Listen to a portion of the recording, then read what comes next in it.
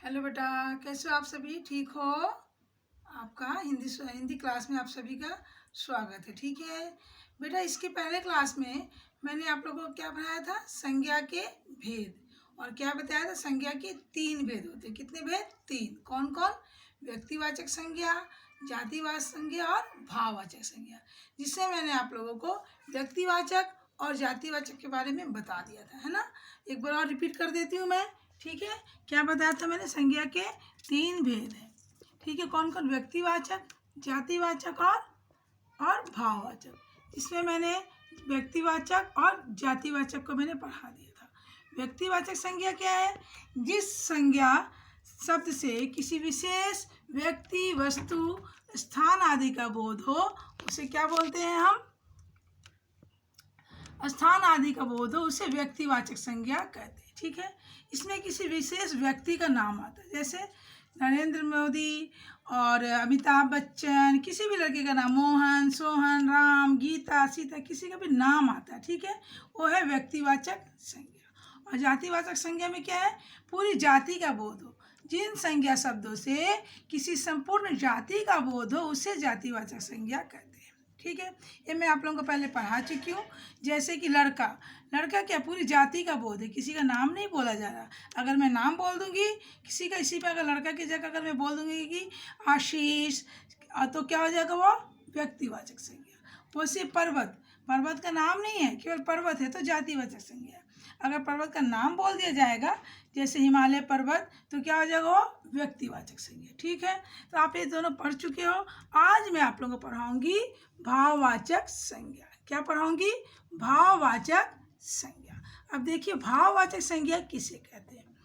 जिन संज्ञा शब्दों से किसी व्यक्ति, स्थान अथवा वस्तु के गुण, दोष, दशा या अवस्था आदि का बोध होता है उन्हें भाववाचक संज्ञा कहते हैं। ठीक है, क्या होता है? किसी व्यक्ति, वस्तु अथवा स्थान का क्या होता है? गुण, और उसके दोष को बताया जाता है। गुण, दोष या दशा, दशा नहीं, अवस्था, वो किस अवस्था में है। ठीक है, उससे जिस शब्द से इस चीज़ का बोध होता है उसे बोलते हैं भाववाचक संज्ञा। ठीक है, इतने बात आप लोगों को समझ में आई कि किसी भी व्यक्ति के गुण, दोष के बारे में बताया जाता है किसमें? भाववाचक संज्ञा में। और एक बात है भाववाचक संज्ञा में कि भाव मन के द्वारा ही अनुभव किए जाते हैं। ठीक है, भाव किसके द्वारा अनुभव किए जाते हैं? मन के द्वारा ही अनुभव किए जाते हैं। उन्हें छूना या देख पाना संभव नहीं होता है। यानी वैसे शब्द जिन्हें हम अपने मन के द्वारा अनुभव करते हैं, उन्हें छू या फिर देख नहीं सकते हैं, उसे हम क्या बोलते हैं? भाववाचक संज्ञा बोलते हैं। ठीक है, समझ में आया आप लोग को? भाववाचक संज्ञा क्या क्या है? किसी व्यक्ति, वस्तु, स्थान अथवा वस्तु के गुण, दोष, दशा या अवस्था आदि का बोध होता है। ठीक है, उन्हें भाववाचक संज्ञा कहते हैं। और इसके अलावा और क्या बात है भाववाचक संज्ञा में? कि भाव मन के द्वारा ही अनुभव किए जा सकते हैं। ठीक है, उन्हें छूना या देख पाना संभव नहीं होता है, यानी भाव को हम छू या देख नहीं सकते। ठीक है, जैसे खुशी, खुशी को क्या है? किसी की खुशी को हम क्या देख पाते हैं? वो हंसता जरूर है, खुशी में कोई मुस्कुराता है, कभी कभी खुशी में रो भी देता है ना। तो हम किसी की खुशी को या अपनी खुशी को हम देख नहीं पाते, हम अपने मन में अनुभव करते हैं। ठीक है, उसे छू नहीं पाते, हम अनुभव करते हैं। ठीक है, वैसे भूख, आपको बहुत तेज़ भूख लगी, आप बोलते मुझे बहुत तेज़ भूख लगी है, लेकिन आपकी भूख को क्या कोई देख पाता है? नहीं ना, उसको तो आप ही अनुभव करते हो ना, तो अनुभव करते हैं। ममता, माँ की ममता को कभी कोई देखता है? माँ कितना प्यार करती है, क्या नज़र आता है? ठीक है, उनके व्यवहारों से नज़र आता है, लेकिन उसको नाप पाना मुश्किल है। इसको हम मन में, इसकी क्या करते हैं? हम अनुभव करते हैं। ठीक है, माँ के प्यार का। और है वीरता, वीरता क्या? किसी भी व्यक्ति का क्या है? गुण है। वीरता क्या है? किसी भी व्यक्ति का गुण है। तो बोला क्या है ना पहले, इसमें किसी के गुण को ही बताते हैं भाववाचक संज्ञा में, तो वीरता उसके गुण है। और ईमानदारी, ईमानदारी भी क्या है? उसके गुण है, उसके गुण है, इसीलिए क्या है? भाववाचक संज्ञा। बुढ़ापा, बुढ़ापा क्या है? उसकी अवस्था है, किसी भी व्यक्ति की अवस्था है, वो पहले बचपन में होता है तो बचपन उसकी एक अवस्था होती है, फिर वो जवान हो जाता है, उसकी फिर जवानी की अवस्था होती है, यानी उसकी स्थिति होती है जवान है। फिर वो बूढ़ा हो जाता है तो उसकी स्थिति कैसे हो जाती है, बुढ़ापा। बुढ़ापा में जब उसकी स्थिति में जब उसकी दशा बुढ़ापा की आ जाती है तो उसकी क्या दशा को बताता है ना, ये बोला गया ना, देखिए उसकी दशा या अवस्था को बताता है। तो बुढ़ापा क्या है, उसकी अवस्था है, बुढ़ापा अवस्था है उसकी, ठीक है। तो ये सब क्या है, भाववाचक संज्ञा। क्या है, भाववाचक संज्ञा।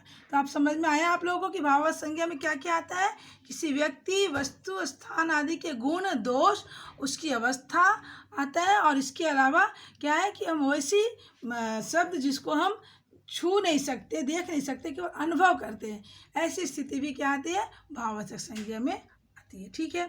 अब कुछ उदाहरण देखते बेटा, जैसे आज मैं बहुत खुश हूँ, मैं बहुत खुश हूँ, इसमें खुश क्या है, भाववाचक संज्ञा, क्योंकि आपकी खुशी को कोई देख नहीं पाता, क्या है, अनुभव करते हैं, ठीक है। मुझे बहुत तेज भूख लगी है, आपके भूख को भी अनुभव किया जाता है, इसलिए भाववाचक संज्ञा है। ये भूख इसमें क्या है, भाववाचक संज्ञा। फिर माँ की ममता अवर्णनीय है, यानी माँ की ममता को देख पाना संभव नहीं है, उसको महसूस करते हैं, ठीक है।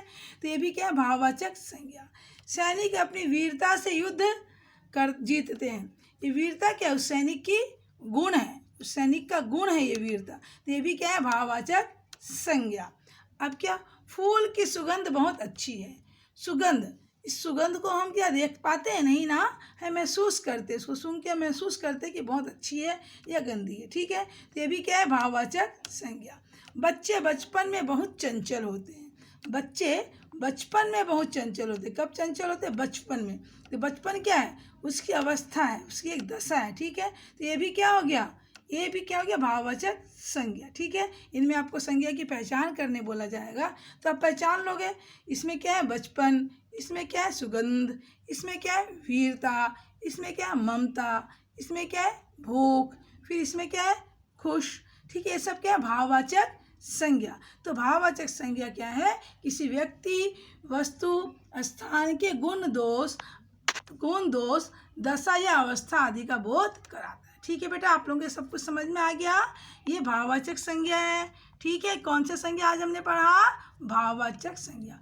ओके बेटा, थैंक यू।